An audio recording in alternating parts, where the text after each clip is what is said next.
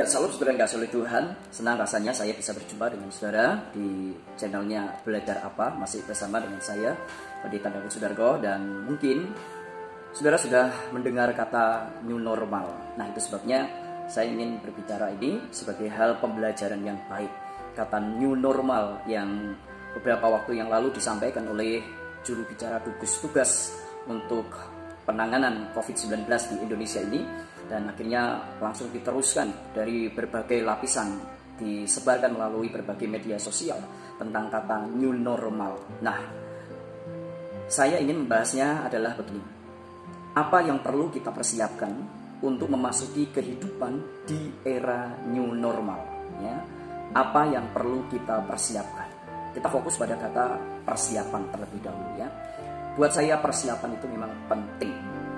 Siapapun orang yang ingin melakukan sesuatu, jika disertai dengan persiapan yang baik, persiapan yang benar, tentu hasilnya luar biasa dan dahsyat.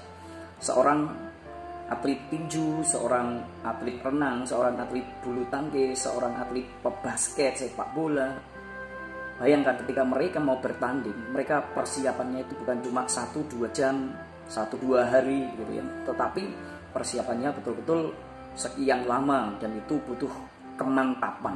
Jika itu sudah dirasa mantap, maka layak untuk bertanding. Persiapannya luar biasa, di karantina, kemudian disiplin latihan, makannya dan sebagainya itu dipersiapkan betul, sampai mentalitasnya dipersiapkan supaya ketika dia bertanding tidak grogi atau tidak menjadi rusak moodnya. Mereka harus dipersiapkan dengan jiwa tanding, jiwa pejuang untuk memiliki semangat menang. Nah, maka kita sebagai anak Tuhan, nah karena saya sebagai seorang hamba Tuhan, sebagai hamba Kristus, maka saya berbicara ini dalam hal kerohanian. Jadi saya bukan ahli di bidang pandemiologi ataupun pervirusan, karena memang itu bukan bidang saya. Maka saya ingin berbicara tentang persiapan-persiapan secara rohani. Nah, saudara yang kasih oleh Tuhan, saya akan berbicara tentang 2 hal yang penting untuk kita persiapkan, ya.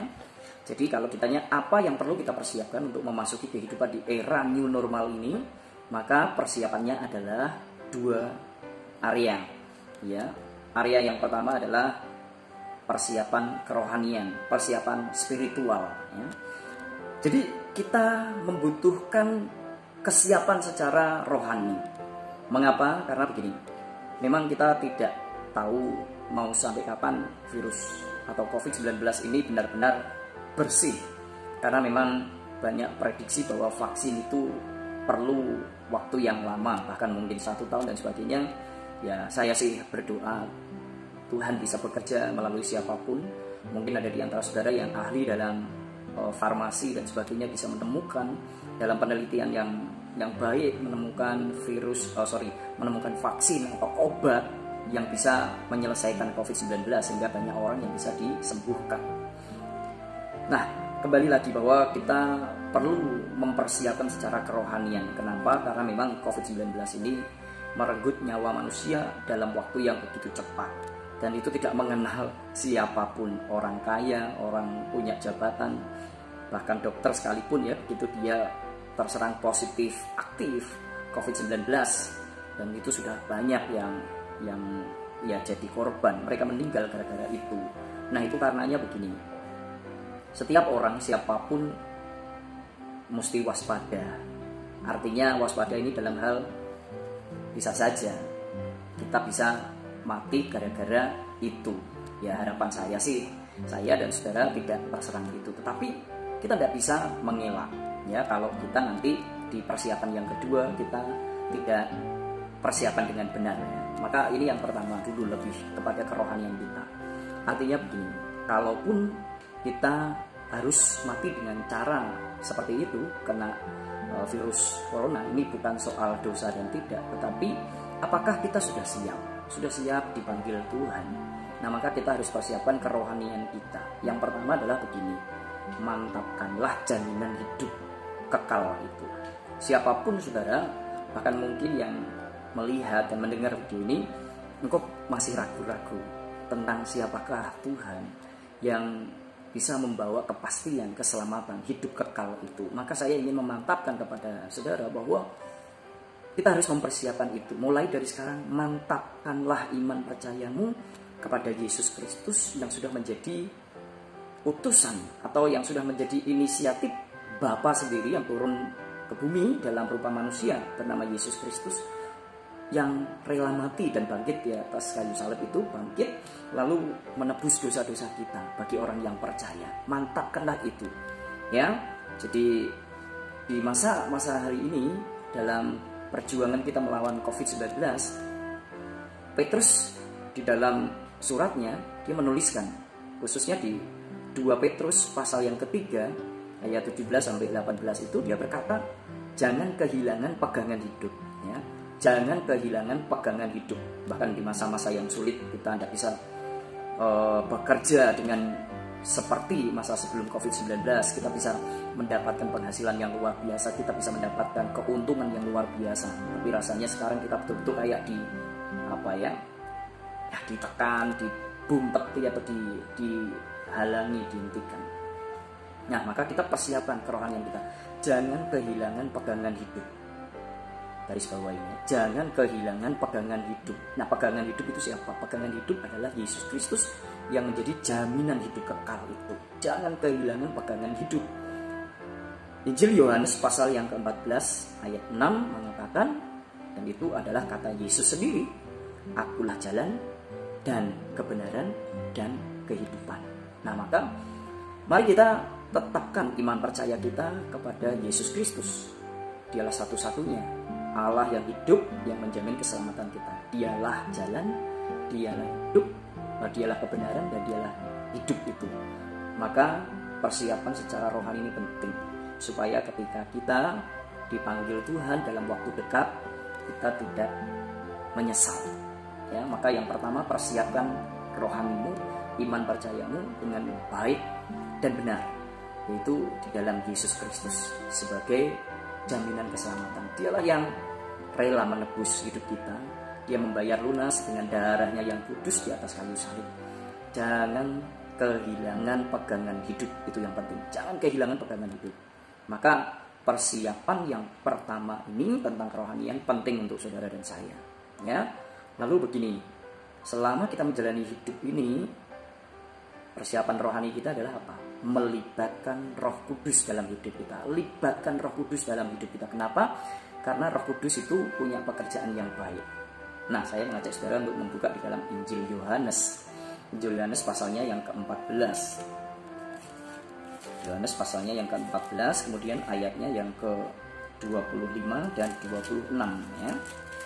Yohanes pasal 14 ayat 25 dan 26 dikatakan demikian. Semuanya itu kukatakan kepadamu selagi aku berada bersama-sama dengan kamu. Tetapi penghibur, yaitu Roh Kudus yang akan diutus oleh Bapa dalam namaku, dialah yang akan mengajarkan segala sesuatu kepadamu dan akan mengingatkan kamu akan semua yang telah kukatakan kepadamu. Nah, jadi Roh Kudus itu punya tugas yang luar biasa. Dia sebagai pengingat ya, reminder. Kalau saudara punya handphone, saudara punya agenda, lalu saudara ditulis di reminder itu, lalu ada alarmnya. Mungkin saudara mencatat dalam waktu mungkin 1 hari yang akan datang. Reminder itu akan mengingatkan kita, kamu punya agenda ini. Nah, Roh Kudus itu mengingatkan. Mengingatkan apa saja? Tadi dikatakan mengingatkan apa yang pernah Yesus ajarkan. Karena sifat dasar manusia itu pelupa. Naruh kunci di mana lupa, gitu ya. Lalu apa-apa saja lupa. Dengar khotbah baru 5 menit yang lalu, jangankan 5 menit, 2 hari, 3 hari atau 5 hari, seminggu sudah makin lupa kan. Kalau ditanya khotbahnya minggu lalu apa, lupa. Tapi sayangnya kalau orang yang menyakiti kita, mengatai kita, melukai hati kita 10 tahun masih diingat. Nah, itu ini kelemahan manusia ya. Nah, kita lupa akan ajaran Tuhan Yesus. Itu yang sering membaca saja lupa, apalagi yang tidak pernah membaca Alkitab. Dia mungkin nol tentang ajaran Yesus Kristus. Nah, maka saudara kasih Tuhan, selama kita menjalani hidup ini, mari libatkan Roh Kudus untuk terus mengingatkan kita saat kita sedang cemas, saat kita sedang khawatir. Roh Kudus mengingatkan nih kepada kita apa yang pernah Yesus katakan. Lihatlah burung di udara yang tidak menabur dan tidak menanam, dia dipelihara oleh Tuhan. Lihatlah bunga bakung yang ada di taman, dia tidak pernah berdandan, dia tidak pernah bersolek, tetapi dihiasi oleh Tuhan. Nah, terlebih kita manusia, pastilah dipelihara oleh Tuhan. Nah, itu Yesus mengajarkan banyak hal. Saat kita disakiti, saat kita difitnah, kita mungkin digosipkan hal yang nggak benar, kita marah, kita ingin balas dendam gitu ya. Roh Kudus akan mengajarkan, mengingatkan apa yang pernah Yesus ajarkan. Kasihilah musuhmu, doakan. Pembelaan bukan ada padamu, tetapi pembelaan adalah haknya Tuhan. Nah, Roh Kudus akan berfungsi terus mengingatkan. Bahkan kita ketika mengalami ketakutan, kita bersusah, kita berkeluh kesah, Roh Kudus akan mengingatkan kita. Ada batu karang yang teguh, yang meneguhkan imanmu dan yang terus menyertaimu. Dialah Immanuel yang menyertai sampai selama-lamanya. Nah, ini persiapan yang pertama adalah kerohanian kita. Kita mantapkan bahwa Yesus sebagai Tuhan dan Juru Selamat. Itu yang penting. Hidupmu harus berpaut dan percaya Yesus adalah Tuhan dan Juru Selamat. Kemudian persiapan yang kedua apa? Kalau tadi yang pertama persiapan secara spiritual, persiapan secara kerohanian. Yang kedua adalah persiapan secara fisikal, ya, mental juga. Persiapan secara mental dan fisik. Memang kita memasuki new era atau new normal. New normal ini sebenarnya esensinya sudah ada sejak dari zaman Perjanjian Lama. Esensinya itu ada new normal. Cuma kan kita generasi sekarang baru dengar ini ya, new normal. Esensinya adalah begini, kebiasaan, kebudayaan yang baru, begitulah ya. Yang mungkin kemarin kita tidak pernah melakukan hal-hal ini, tapi mulai sejak COVID-19 kita mulai membiasakan itu. Apa saja contohnya? Contohnya ya mulai rajin mencuci tangan, kemana-mana pakai masker, jaga jarak, ya. Jadi lebih berhati-hati, mengurangi hal-hal yang tidak perlu untuk berkumpul-kumpul, mungkin nongkrong sampai tengah malam dini hari di tempat kafe-kafe banyak orang berkumpul, clubbing, diskotik. Kita akan memasuki kenormalan yang baru. Nah, esensinya kalau saya singgung dari Perjanjian Lama sampai Perjanjian Baru zaman Yesus, zaman Rasul-Rasul, mereka juga memiliki kebiasaan yang baru. Contohnya setelah orang bertobat, ya.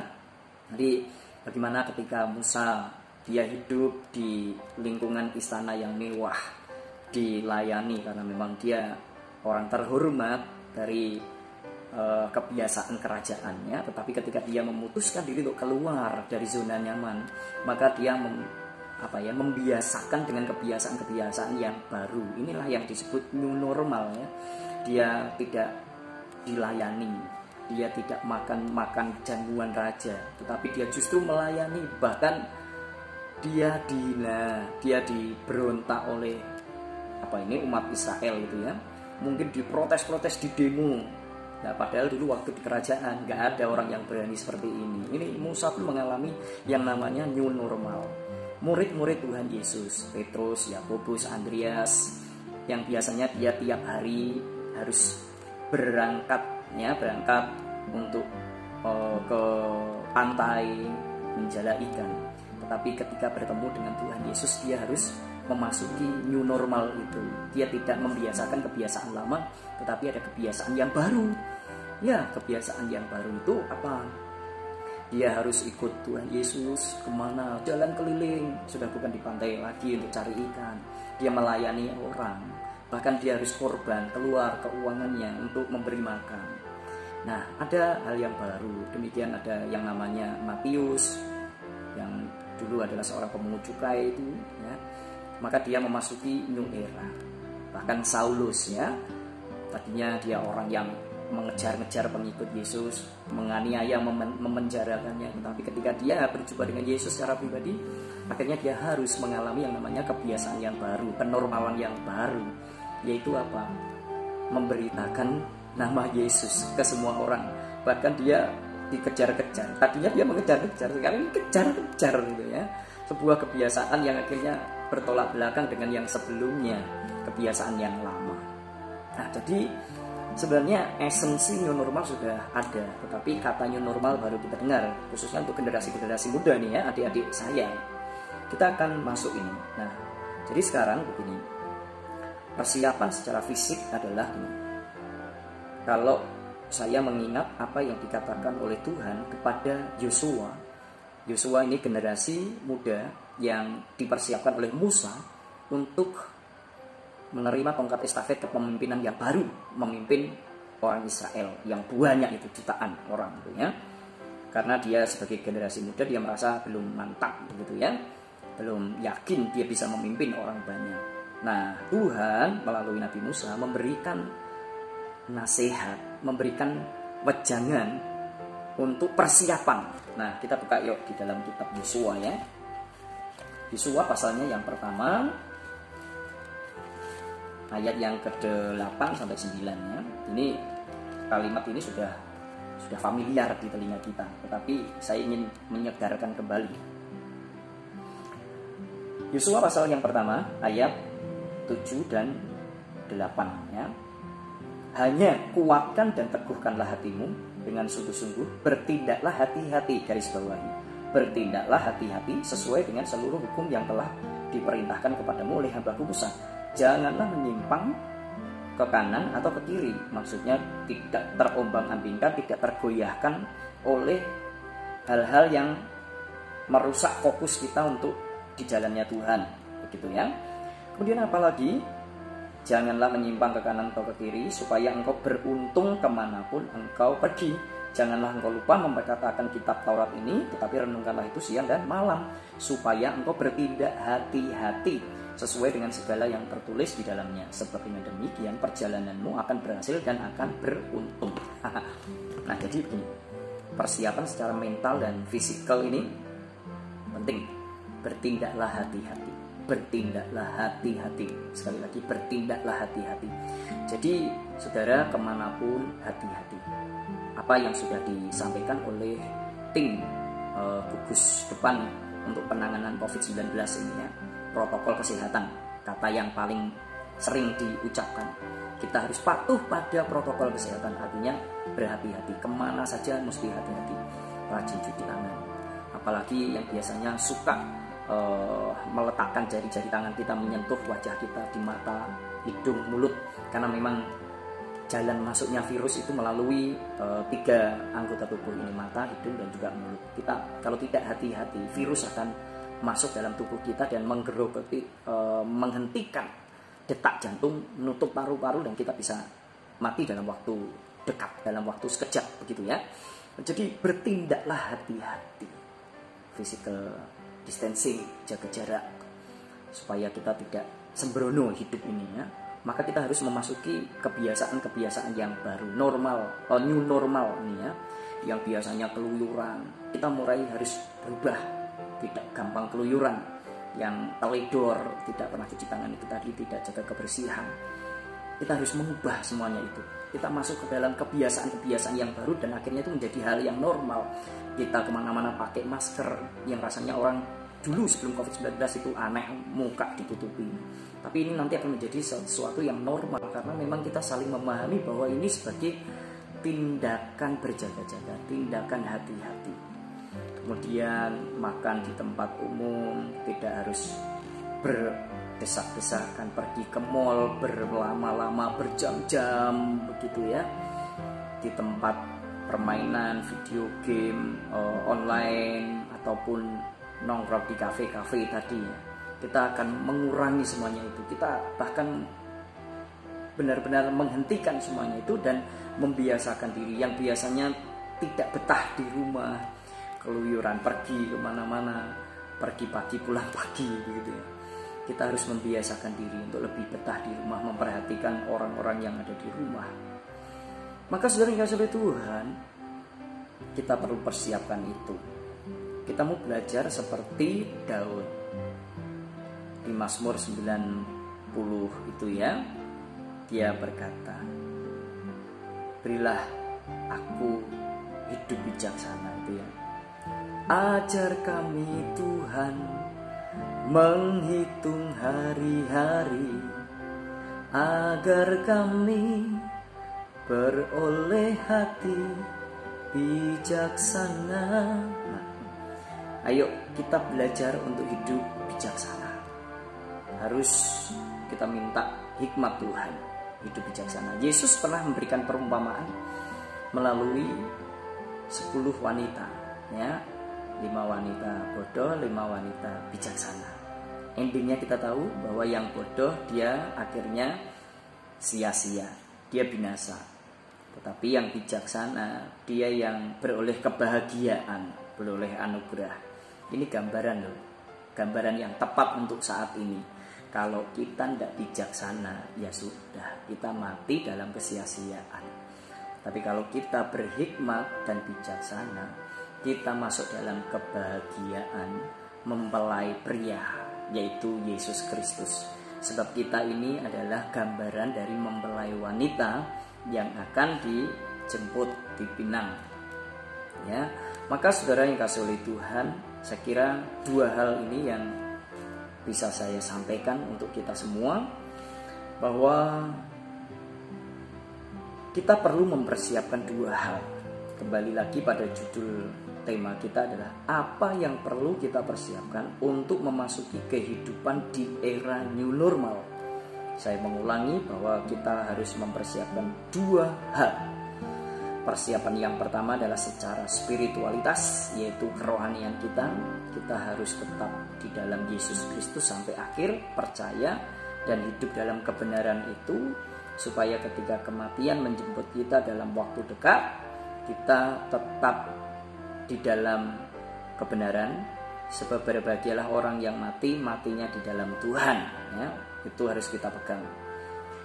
Kalaupun mati dengan cara kena virus COVID, bukan soal dosa ini, tetapi engkau sudah di dalam Yesus Kristus dan tinggal di dalamnya, hidup dalam kebenarannya, maka engkau akan layak disebut berbahagialah orang yang matinya di dalam Tuhan. Sebab dia berbahagia, ya, sebab dia bersama dengan Tuhan Yesus di surga yang mulia. Kemudian persiapan yang kedua adalah persiapan mental dan fisikal. Ayo bertindak hati-hati, miliki hikmat dan kebijaksanaan, supaya kita tidak sia-sia dalam menjalani hidup ini. Kita akan kembali kepada kehidupan, tetapi dengan kebiasaan yang baru, kenormalan yang baru, kebudayaan yang baru, yang biasanya memang kita mudah sekali untuk bersalaman, bercipika-cipiki, pelukan, tapi rasanya nanti akan ada kenormalan yang baru, kebiasaan yang baru. Orang seperti orang-orang Jepang dalam memberikan salam sudah bukan salaman lagi tapi menunduk atau begini atau begini atau cuma begini, ya, itu akan menjadi kebiasaan yang baru. Kemudian kemana-mana selalu cuci tangan, atau mungkin membawa hand sanitizer di tas kita, sehingga setiap kali kita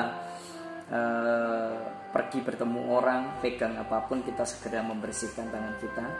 Dan kita mungkin juga sudah tidak membiasakan diri untuk pegang-pegang muka. Dan kemana-mana kita mungkin akan selalu sedia masker. Dan para penjahit sepertinya ada pekerjaan tambahan, engkau bisa memproduksi masker terus, karena orang pasti akan nyari ini, ya. Maka saudara yang kasih oleh Tuhan, new normal ini mau tidak mau akan menjadi bagian hidup kita bagi generasi zaman ini, tahun 2020 ke atas, ya. Jadi jangan heran, jangan kaget. Dan karena memang Alkitab pun juga mencatatkan banyak peristiwa-peristiwa new normal itu, ya.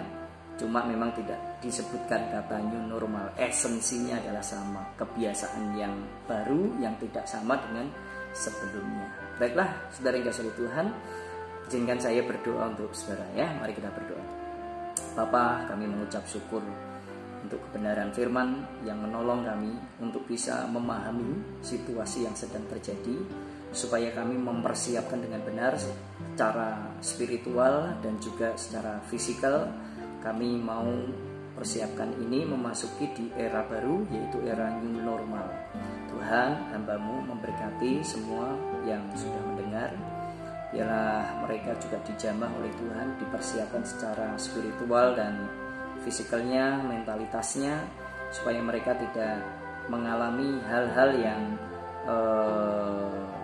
membawa kesia-siaan, tetapi mereka bertindak hati-hati dan kemana saja dijadikan Tuhan beruntung dan berhasil. Tuhan, kami memberkati orang yang sekarang ini sedang memulihkan ekonomi. Tuhan, Kau punya banyak cara untuk memulihkan ekonomi anak-anak-Mu. Kalaupun kemarin kami sepertinya kehilangan banyak hal, tetapi kalau kami melihat Ayub yang kehilangan banyak hal bisa dikembalikan Tuhan bahkan 2 kali lipat, maka Engkau Allah yang sama yang kami sembah akan mampu melakukan itu kepada anak-anak Tuhan.